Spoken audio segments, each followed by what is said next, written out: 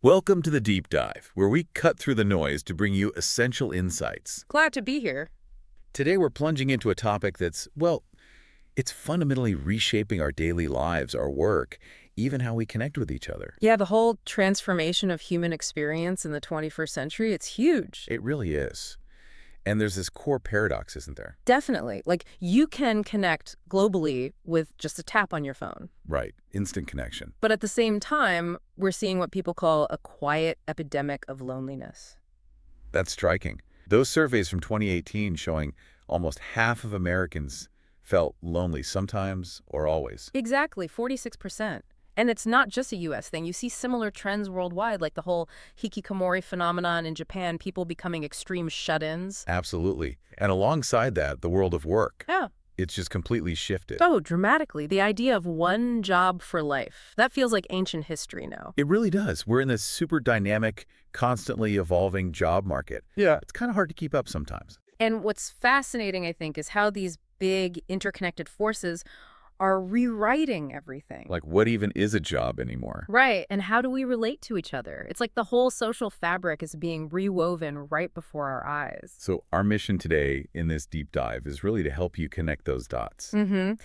Between the crazy fast tech advances, these deep societal shifts. And where you fit into all this, if you're curious about navigating this, or even just understanding the roles and industries shaping things right now. Or how tech impacts how we connect, socially. And this is for you. We want to help you grasp this vibrant, constantly changing landscape. Think of it like a roadmap, maybe, a shortcut to figuring out where value is being created today, what skills really matter now. Okay, so what's the plan? How are we tackling this? Well, we'll start with a bit of history, how we got here, then pinpoint the main forces reshaping work right now. Okay. Then we'll really dive into the key job categories emerging. Look at how it varies globally. A global perspective? Good. Maybe speculate a little, look towards 2050, and crucially, end with some practical, actionable advice you can actually use. Sounds like a solid plan. It's a lot, but seeing that big picture is key, right? Absolutely. So to really get a handle on the 21st century job market, looking back helps. Where did this all start? What were the big turning points? It feels like warp speed lately. It really does feel like that. And starting with the history is perfect. The evolution of work is, well, it's a story of constant change, often pretty disruptive change. Okay. It arguably kicks off with the Industrial Revolution, late 18th, early 19th centuries, that massive shift from farming economies to industrial ones. Right. People moving from fields to factories. Exactly. Creating totally new jobs. Textile workers running power looms, machinists tending steam engines required a whole different set of skills than farming. So physical farm work to operating machines. Big jump. Huge jump. Then the 20th century brings the information age. Computers arrive. Initially, those massive mainframe things. Yeah, huge machines. But they created roles like computer programmers, writing the instructions, and data entry clerks, feeding info into them. Foundational steps for the tech economy. But the real acceleration, that was the 90s. The digital revolution, internet everywhere. Oh, absolutely. Widespread internet adoption, that was the game changer. Global accessibility, connection like never before. That really laid the groundwork. And the early 2000s just launched that into orbit, didn't it? Like a rocket ship, exactly. Google in 98, Facebook 2004, YouTube 2005. These weren't just websites. No, they changed everything. They democratized information, sure, but crucially, content creation too.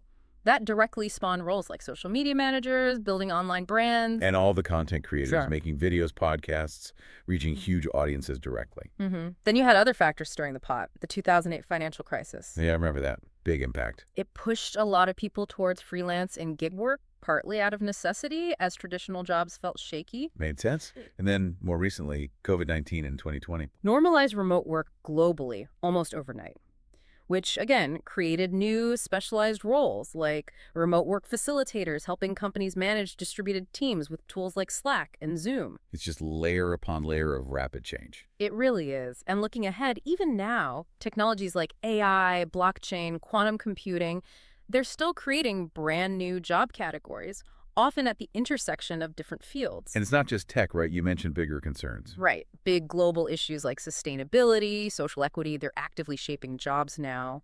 Roles tackling climate change, promoting ethical AI. It shows this growing awareness, this societal conscience kind of weaving itself into the workplace. Thinking back on that journey, what really hits me isn't just the speed, but how what society values in a worker has shifted That's a great point. from physical strength to processing information.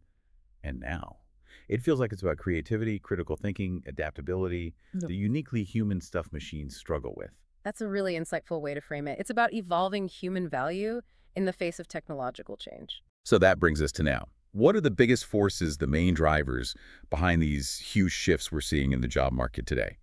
Getting a grip on these is crucial, right? If you want to navigate this. Absolutely essential, like understanding the currents in a river. First and foremost, you have to talk about the technological revolution. It's the cornerstone. More than just the internet now. Oh, yeah. AI, blockchain, automation, these aren't just buzzwords. They are fundamentally rewriting business processes, and that dictates what jobs are needed. And a huge part of that is the gig economy, isn't it? Precisely. Platforms like Uber, Airbnb, Upwork, Fiverr, they fueled an explosion of flexible work. Freelancers, rideshare drivers. Micro-entrepreneurs. Reports suggest by 2025, over 30% of U.S. workers might be doing some big work. And global platforms like Fiverr, Freelancer, they let millions worldwide sell their skills, design, writing, admin support, translation. It's really democratizing entrepreneurship on a global scale. It is amazing, the reach. And then there's AI. We're just starting to see its full impact. We really are. AI's created these highly specialized roles. Machine learning engineers, they're building the algorithms behind recommendation engines, autonomous systems. The stuff running in the background everywhere. Pretty much. And data scientists, they dive into these massive data sets we generate constantly, looking for insights to drive decisions in basically every industry. Can you give an example? What does a data scientist actually do? Sure. Maybe at a hospital, they'd use patient data to try and predict disease outbreaks early, proactive public health. Wow. Or in e-commerce, they might optimize pricing second by second to boost sales. It's incredibly powerful stuff. Yeah, clearly. And looking even further out, you have quantum computing, blockchain, spawning roles like quantum algorithm developers, figuring out how to use quantum mechanics for computation. Mind-bending stuff. Totally. And blockchain developers building secure, decentralized systems for crypto, supply chains, you name it. It's just this wave of innovation demanding very specific cutting-edge skills. Okay, so tech is massive. What other forces are at play? Well, alongside tech, you have globalization and connectivity. The world has effectively shrunk. Geographical distance doesn't mean as much anymore. For many businesses, almost nothing. Companies operate globally now, and that creates demand for jobs that manage this interconnectedness, like supply chain analysts. We definitely learned how vital they were during the pandemic, Oh, absolutely. The pandemic threw global supply chains into chaos and highlighted just how critical that role is. Now, by 2025, these analysts are increasingly using AI not just to track goods, but to predict risks, port delays, geopolitical issues, demand surges, trying to stay ahead of the disruption. Makes total sense. And the remote work shift ties into this connectivity too. Definitely. The massive shift to remote work changed where and how people work. It directly created roles like remote work facilitators, who help companies manage hybrid or fully remote teams, making sure communication flows using tools like Zoom or Slack. And it fueled the whole digital nomad thing too. Yeah, that lifestyle, working remotely while traveling, is way more mainstream now. You see countries like Portugal, Thailand, Costa Rica offering special visas just for them. Right. And that trend then creates jobs like co-working space managers, creating hubs for these remote workers, offering community and infrastructure. It all feeds back into this idea of a smaller, more connected world. And I guess that connectedness also fuels the next force. Sustainability and social impact. Our awareness of global issues drives jobs. Absolutely. Sustainability isn't just a nice to have anymore, it's creating real career paths. Sustainability consultants are in demand, helping companies cut their carbon footprint, operate more ethically, and DEI specialists, diversity, equity, and inclusion, they're crucial now for building inclusive workplaces, addressing past imbalances, making sure everyone feels they belong. That role has become really visible. It really has. And on the green front, Renewable energy technicians. They're on the front lines, literally installing solar panels, wind turbines. It's a booming sector. Irina said it employed over 12 million people globally in 2024. Wow, 12 million. Yeah. And as climate impacts become clearer, you get climate risk analysts assessing how things like rising sea levels or extreme weather affect businesses and communities, helping them adapt. Preparing for the changes. Exactly. And finally, there's the experience economy, this cultural shift where people value experiences, unique, memorable ones, often more than just owning stuff. Right, doing things over having things. Precisely. So that naturally creates roles like event experience designers. They don't just plan events, they craft immersive encounters, concerts, brand launches. And wellness coaches are huge now, addressing holistic health, mental, physical, emotional, often virtually. And the metaverse fits here too, right? With experiences. Definitely. Still early days, but it's spawning jobs like virtual event planners, organizing digital gatherings, and avatar designers creating our digital selves for these virtual worlds. Okay, so those are the big forces: tech, globalization, sustainability, experiences. Now let's get specific. What are some of the actual jobs people are doing now, the ones defining this landscape? Let's dive into those key categories. Yes, let's do it. The jobs really span across industries, but some categories are definitely hotspots. Technology and data-driven roles are central. These often mix deep tech skills with a lot of creativity. Like what? Like AI ethics specialists. Their whole job is making sure AI systems are fair, unbiased. Auditing algorithms to prevent discrimination, it's critical work. Hugely important. Then cybersecurity analysts, vital for protecting data, especially in sensitive areas like finance, healthcare. UX designers, user experience, they make apps and websites easy and enjoyable to use. The flow, the feel of it. Exactly. Then you've got the more frontier stuff, quantum computing researchers pushing the boundaries of computation, and hands-on roles like drone operators managing drones for delivery, agriculture, filmmaking. Drones are everywhere now. They really are. And metaverse developers building those virtual worlds we talked about for games, education, commerce. Maybe an example would help make these roles more real. Yeah, good idea. Let's talk about Maria. She's 32, an AI ethics specialist at a big tech firm. Her background's cool computer science mixed with philosophy, so she gets the tech and the ethics. She found a hiring algorithm was biased against women because it learned from old, skewed data. Oh, wow. So did she fix it? She did more than fix it. She redesigned it to prioritize fairness. It actually improved their hiring and even set a new standard for ethical AI in her company. Real impact. That's fantastic. Another one. Okay, Chen. He's 29, a drone operator in Australia working in agricultural tech. Farming with drones. Yeah. He uses drones with special sensors to monitor crop health over huge areas, collects precise data so farmers optimize irrigation, use less fertilizer, spot pests early. It's precision farming in action boosting efficiency and sustainability. Fascinating blend of skills. One more. Let's do Priya, 27, a metaverse developer for a gaming company. She designs these immersive virtual spaces using tools like Unreal Engine. Making those realistic 3D worlds. Exactly. Spaces where players socialize, explore, compete. Her job is this mix of coding, creative design, and even storytelling. Really shows the potential as the metaverse grows. That gives a great sense of the tech roles. But it's not all digital, is it? You mentioned creative pursuits are also booming, amplified by tech. Absolutely. The internet's democratized creativity. Anyone with an idea can reach a global audience now. So you see demand for social media managers, VR content creators, podcasters, YouTubers. It's opened up so many paths. Totally. Take Jamal, 28. He started in graphic design, saw VR's potential, and now creates virtual training simulations for firefighters using platforms like Unity. Training in VR. Yeah, realistic scenarios where they practice critical skills safely. His work uses tech and artistry to solve real-world problems. That's brilliant. Or Sophia, 25, social media manager for a fashion brand, is not just posting pictures. She crafts campaigns, analyzes data like click-through rates, audience funnels, uses analytics to tailor content so it really connects. It's that blend of creativity and data smarts. Definitely need both. And Leo, 30, a podcaster focusing on sustainability, hosts, experts, talks renewable energy, eco-living. He's monetized it through sponsorships, reaches thousands weekly. A perfect example of building an audience and business around your passion. Democratized media, really. Moving away from the screen a bit, healthcare and wellness is another huge growth area, right? aging populations, more focus on overall well-being. Exactly. Driving roles like telehealth specialists, doing remote consultations, making healthcare accessible, Right. genetic counselors guiding people through complex testing, Yeah. and wellness coaches focusing on holistic health.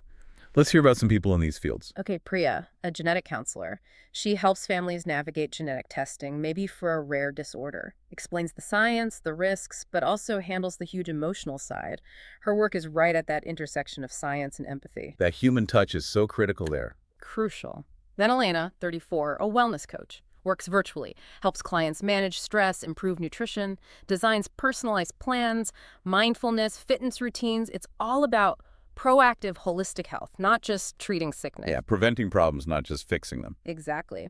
And Dr. Patel, 40, a telehealth specialist, he does virtual consults for patients in rural areas, uses secure platforms to diagnose, treat, makes quality healthcare accessible where it might not have been before. Technology breaking down barriers, that's powerful. Yeah. And speaking of big shifts, the push for a healthier planet is driving green and sustainable jobs. Huge driver. Sustainability is creating whole new careers. Urban farmers growing food in cities, circular economy specialists designing waste-out systems, renewable energy techs building clean infrastructure, climate risk analysts prepping businesses. It's a whole ecosystem. It really is. Think of Liam, a circular economy specialist at a consumer goods company. Hmm. He redesigned their supply chain to be closed-loop, reuse, recycle, eliminate waste, got their plastic waste down 40%, shows environmental goals can align with business. That's the sweet spot. Or Amina, 30, an urban farmer in Chicago, manages a vertical farm using hydroponics, growing greens indoors, no soil, less water, transforms local food supply, cuts transport emissions, really innovative. Vertical farms, cool. And Javier, 35, renewable energy tech,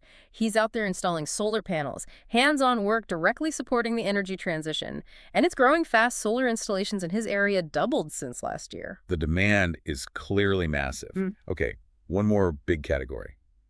Education and lifelong learning.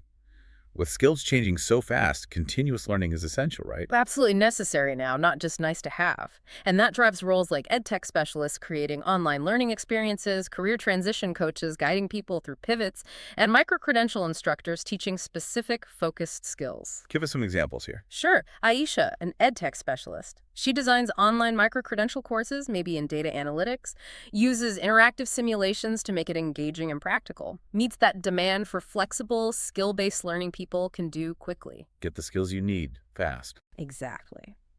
Then Raj, a career transition coach, helps people move into totally new fields, like guiding someone from retail through a coding bootcamp into a cybersecurity job. His work is all about that vital reskilling and upskilling. Helping people adapt. Precisely. And May, a micro-credential instructor, she teaches digital marketing on a platform like Coursera. Short, practical modules for high-demand skills, reflects that need for agile learning that keeps pace with industry changes. Okay, so we've seen the forces, the key job categories, often through maybe a North American or European lens. But this isn't happening the same way everywhere, is it? How do these trends look globally? That's a critical point. Job trends are definitely shaped by local economies, unique challenges, regional strengths. It's fascinating to see the variations. Okay, word. In parts of Africa, for instance, mobile money agents are huge, especially in Kenya with M-Pesa. Wow. They're like human ATMs, enabling digital finance in largely cashless economies. Yep. Huge for financial inclusion. And solar technicians are also in high demand, bringing off-grid power to rural areas. That sector is growing about 10% annually across the continent. Nia, 26, an M-Pesa agent in Nairobi. Her work is central to local entrepreneurs. It really highlights Africa's mobile tech leap. Interesting. What about Asia? Asia's diverse, of course. You've got massive tech hubs like Bangalore and Shenzhen, hungry for AI and robotics talent, global innovation centers. But then in Japan, with its aging population, you see huge demand for elder care specialists, and they're integrating robots into care homes for support. Hiroshi, 42, works in Tokyo doing just that, blending tech and compassion. Southeast Asia, booming e-commerce logistics and digital content creation for a young online population. Latin America. E-commerce explosion there, too, means a need for last-mile delivery coordinators, getting packages everywhere. And in places like Costa Rica, ecotourism guides are key, mixing tourism with conservation, plus growing renewable energy projects. Strong green policies drive demand for roles like offshore wind farm technicians. And strict data privacy laws like GDPR created the need for data privacy officers, ensuring companies comply, reflects that focus on consumer rights. North America. Leading in areas like metaverse development and also in coordinating that huge gig economy workforce. And the Middle East. Think smart city planners, especially in places like Dubai, designing futuristic urban environments, and crucial roles like water management specialists tackling scarcity with desalination and conservation tech. It's amazing how local needs mobile money in Kenya, elder care robots in Japan create specific jobs. But the big trends, clean energy, digital platforms seem to connect everywhere. Exactly. It's a shared global evolution, just with distinct regional flavors. And looking at that evolution, some industries aren't just changing, they're being completely revolutionized, Yeah. right? Creating whole new ways of working. Totally. Some sectors are really at the forefront, acting as powerful engines of change and job creation. Which ones stand out? Well, biotechnology is definitely one. It's changing healthcare fundamentally, creating roles like bioengineers who are designing, even growing, tissues or organs in labs, potentially solving organ shortages. Wow, lab-grown organs. Yeah, moving towards that. And CRISPR specialists using advanced gene editing tools like biological scissors for DNA to potentially treat or cure genetic diseases. Sounds like sci-fi. It's getting there. The sector's growing fast, maybe 7% annually through 2030, driven by personalized medicine. Think of Dr. Kim, 38, a CRISPR specialist working on cancer gene therapies. Her team developed treatments targeting specific mutations, really extending lives. It demands deep biology knowledge plus serious ethical thinking. Incredible. Or Sarah, 31, a bioengineer designing lab-grown tissue for transplants. Her work could drastically cut waiting lists, shows the potential. Okay, biotech is huge. What else? Space exploration, thanks to private companies like SpaceX, Blue Origin. It's not just NASA anymore. This new space economy is creating roles like space tourism operators. Training space tourists. Basically, yeah. And orbital mechanics engineers calculating trajectories for satellites and spacecraft, ensuring safe operations up there. Space tourism alone could be a $3 billion industry by 2030. $3 billion. Really? That's the projection. You've got people like Carlos, a space tourism operator, training flight attendants for commercial trips, designing safety protocols for zero-G. It's hospitality meets rocket science. Amazing. And Emma, 33, an orbital mechanics engineer, calculating satellite paths for global communication networks. Her work is vital for the systems we rely on daily. Okay, space is taking off, literally. Yeah. Other revolutionary industries. Renewable energy, definitely. The global push for net zero emissions is fueling massive growth, creating roles like wind turbine technicians, maintaining those giant structures, and energy storage specialists. Storage is the key piece for renewables, right? Making power available 200/7. Absolutely critical. That sector hit 12 million jobs globally in 2024.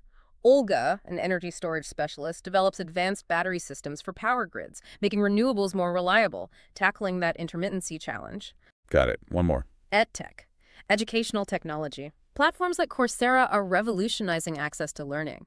This drives demand for learning experience designers creating engaging online courses, and even AI tutors offering personalized support. The market's projected to hit maybe $400 billion by 2027. Huge growth. Yeah. Tariq, a learning experience designer, uses gamification and multimedia to make online education engaging and effective, reaching people globally. So we've talked about these incredible changes, fascinating new jobs, which brings us squarely to skills. In this landscape, what skills actually matter most? What should you, listening, be focusing on to thrive?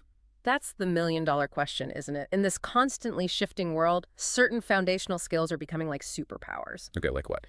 First, critical thinking. As automation handles routine stuff, the human ability to analyze complexity, evaluate what AI spits out, make nuanced judgments that becomes premium. Questioning assumptions, solving problems AI can't yet grasp, especially those needing context or creativity. Thinking beyond the algorithm. Exactly. Second, creativity and innovation. Not just for artists anymore. With machines doing rote work, humans are valued for generating new ideas, tackling problems differently, inventing solutions. Thinking outside the box is essential. So it's not just about following the manual. Not at all. Third, emotional intelligence. Empathy, communication, collaborating effectively with diverse teams. Increasingly crucial. Roles like DEI specialists depend on it. As automation grows, that human connection, negotiation, teamwork, that's what sets people apart. The human touch becomes even more valuable. Precisely. And finally, maybe the most vital, adaptability.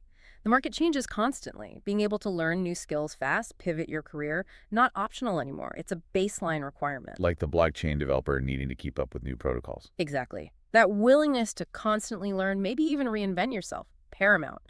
The World Economic Forum predicts 44% of core skills needed for jobs will change by 2028. 44%, that's almost half. So we need to talk about upskilling and reskilling. Absolutely. Upskilling is learning new things to get better at your current job. Reskilling is training for a completely different job or career path. Got it. Think of John, 45, a factory worker whose job was automated.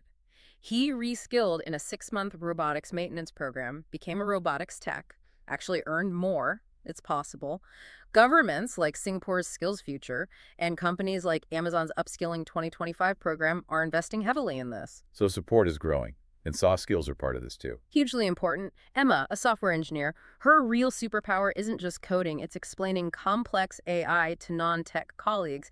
That communication is golden. Lifelong learning platforms, Coursera, EDX, LinkedIn Learning are key tools here. Lisa, a teacher, learned AI on one to personalize lessons. Constant learning is the new normal. Okay, you painted this exciting picture of opportunity, but we need to be real. What are the big challenges, the potential downsides to all this rapid transformation? What keeps you up at night? That's fair. Every big change has hurdles. The automation threat is real. While it creates jobs, it does displace others, especially in manufacturing, retail, admin roles with repetitive tasks. Projections suggest up to 30% of current jobs could be automated by 2030. That's a huge number. Yeah. Could cause real disruption. It could, if not managed well. Remember, U.S. manufacturing jobs fell from 19.5 million in '79 to 12.5 million recently, even as output rose. Yeah. Automation played a big part. Right. And linked to that is the skills gap. The skills needed for new tech jobs often aren't widely available yet. Creates this mismatch. A huge challenge for individuals and economies. Think of places like Elwood, Illinois warehouse automation costs hundreds of jobs, widening that rural-urban opportunity gap. So displacement, skills gap, potential inequality. What's the flip side? The opportunities within those challenges. Well, it's crucial to see that automation also creates new rules. Factory jobs might go, but demand rises for robotics technicians to maintain the machines, or AI trainers to teach the systems. Okay, so new needs emerge directly from the automation itself. Exactly. And the skills gap. It's being tackled by this whole ecosystem of new educational approaches. Coding bootcamps offer rapid reskilling. Big companies like Google offer career certificates accessible paths to skills without needing a 4-year degree. More flexible options are popping up. That's good to hear. Plus, the digital world has democratized entrepreneurship. Etsy lets artisans sell globally. Substack lets writers build paid audiences directly, fosters micro-entrepreneurs. And the metaverse, while still speculative, is creating totally novel jobs like virtual real estate developers building and selling digital land. Virtual real estate. Wild. So it's definitely a double-edged sword, but opportunities are there for the adaptable. Teaming with potential, yes, but adaptation is key. That dual nature really defines this era. Tech reshapes work, creates opportunity, but it also impacts our human need for connection. Which brings us back to that paradox. Hyper-connected, yet potentially lonelier. How does this play out? It's complex. Loneliness existed before smartphones, driven by things like urbanization, less community involvement, but tech has definitely changed its flavor. How so? It feels less about physical distance now, more about shallow connection. That's a good way to put it. Social media X, Instagram, TikTok offers instant connection, but studies show heavy users often feel more lonely. Maybe spending over 2 hours a day correlates with higher loneliness. Probably that comparison trap, seeing curated perfection all the time. Exactly. Fuels inadequacy, FOMO, and then you have parasocial relationships feeling close to influencers who don't know you exist. Yeah, that one-sidedness can feel isolating when you think about it. It can. And it can subtly reduce face-to-face time.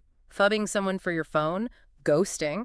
Research shows frequent phone use during conversations lowers relationship satisfaction. People feel ignored. You see it everywhere. And remote work, convenient, yes, but it cuts out those spontaneous office chats that build real bonds.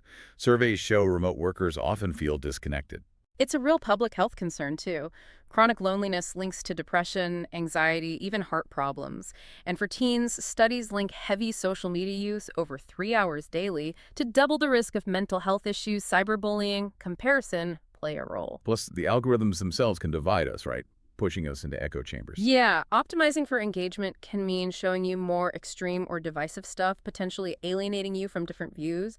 But, and this is crucial, the same tech can be an incredible lifeline. Okay, so it's not all doom and gloom. Not at all. It's much more nuanced. Online platforms are vital safe spaces for marginalized groups, LGBTQ+ folks, people with disabilities, those in isolated areas.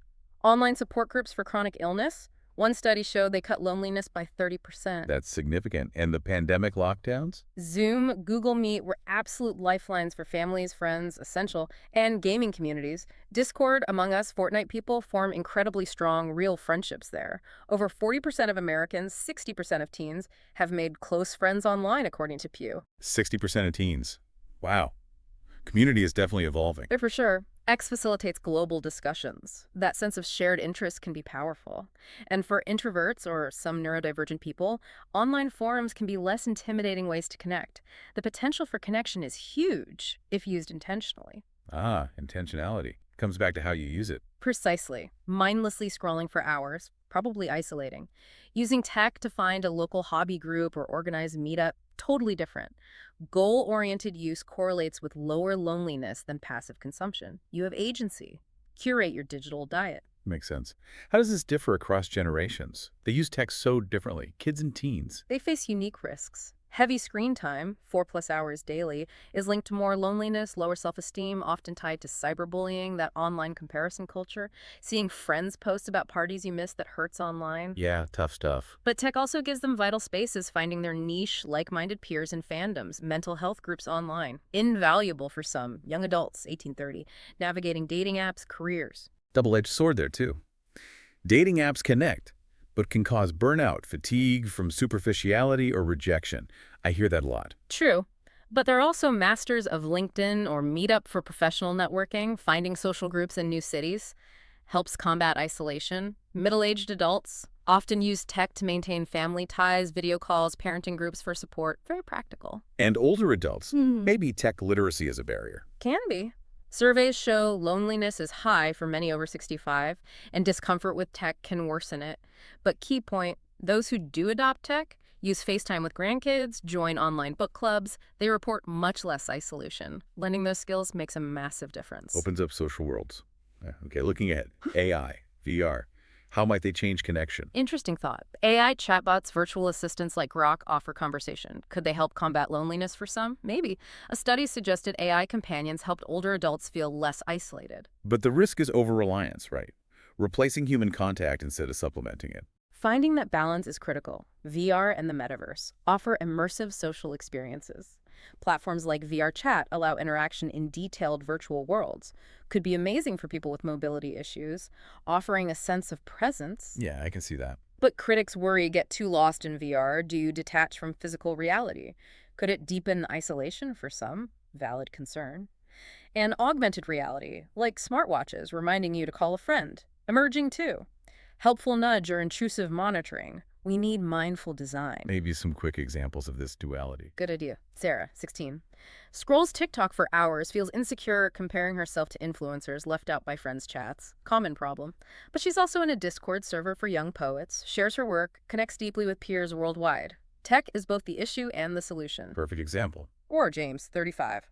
Works remotely, loves the flexibility but misses the office buzz. Finds Zoom calls a bit cold. So he joins a virtual co-working group on Slack, shares screens, chats casually, mimics that office feel digitally. Tech creates the problem. Tech offers a fix.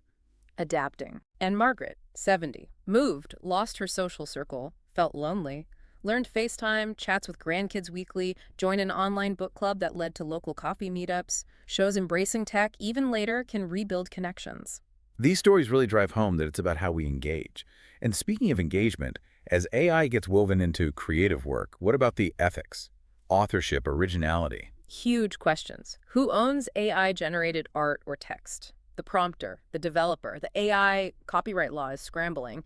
Is AI truly creative or just a sophisticated remixer? That AI-generated portrait Edmund de Bellamy selling for almost $500,000, that sparked debate. Big time. Forces us to redefine creativity. Then there's bias. AI learns from data. Biased data means biased AI, perpetuating stereotypes, underrepresenting cultures. Like an AI trained only on Western art struggling with other styles. Or AI trained on crime novels reinforcing stereotypes. Exactly. Critical in fields like fashion, film. Think deepfakes. And it impacts jobs. AI streamlines creative workflows, but could displace artists, writers, editors. Studios are already using AI for scripts, concept art, raises job security concerns. So with all these massive shifts, new roles, complex challenges, Yeah. what does this mean for policy, for education? How do we as a society prepare? Bridge the skills gap, ensure people can thrive. Preparation needs proactive policy and major education reform. Governments play a key role with things like subsidized training. The U.S. Workforce Innovation and Opportunity Act funds reskilling in tech, green jobs. Lena, 36, a policy analyst designing these programs. Her work helps thousands transition, tackles the skills gap systemically. So government action is vital. What else? Public-private partnerships are effective. Companies like Amazon working with universities on certification, say in cloud computing, ensures training matches employer needs, keeps education relevant. Industry and academia collaborating. Makes sense. And micro-credentials. Short, focused courses from universities or platforms like Coursera get specific high-demand skills, AI, cybersecurity, sustainability fast, much quicker than a full degree, offers flexibility for continuous learning. Right. Agility.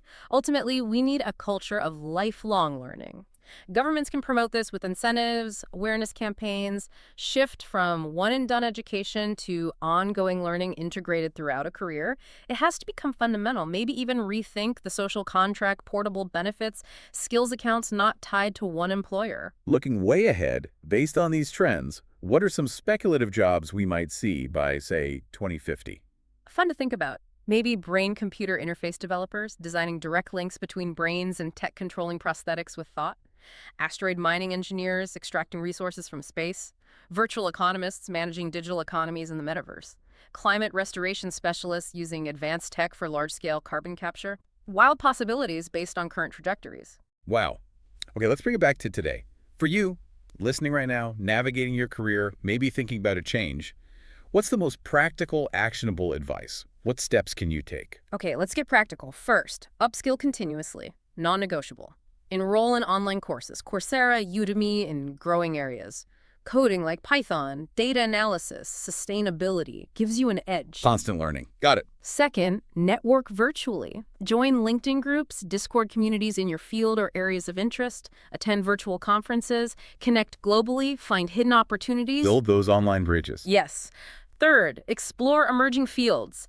Research quantum computing, metaverse roles. Follow industry leaders on X. Stay curious about what's next. Uncover new paths. Be proactive. Fourth, embrace flexibility. Try gig work on Upwork. Seek remote roles. Build a diverse portfolio. Shows adaptability. Range of skills employers value that now. Be open to different work styles. Exactly. Fifth, actively develop soft skills. Communication, empathy, collaboration, adaptability. Take workshops, find mentors. As automation rises, these human-centric skills become differentiators. Don't forget the people skills. Never. Sixth, leverage micro-credentials. Get those targeted certifications in cybersecurity, digital marketing. Quick way to enhance your resume. Show relevant, up-to-date skills. Quick skill wins. And finally, stay informed. Read reports from the World Economic Forum, McKinsey on job trends. Understand market demands. Make informed career decisions. Stay ahead of the curve. And what about managing the connection side? The loneliness paradox. Great point. Curate your digital diet, unfollow accounts that make you feel bad, follow ones aligned with real interests. Prioritize quality interactions, deeper chats, video calls over passive scrolling. Blend online and offline, use apps like Meetup to find local activities, WhatsApp to plan real meetups. Be intentional. Set boundaries, tech-free times or zones, like the dinner table.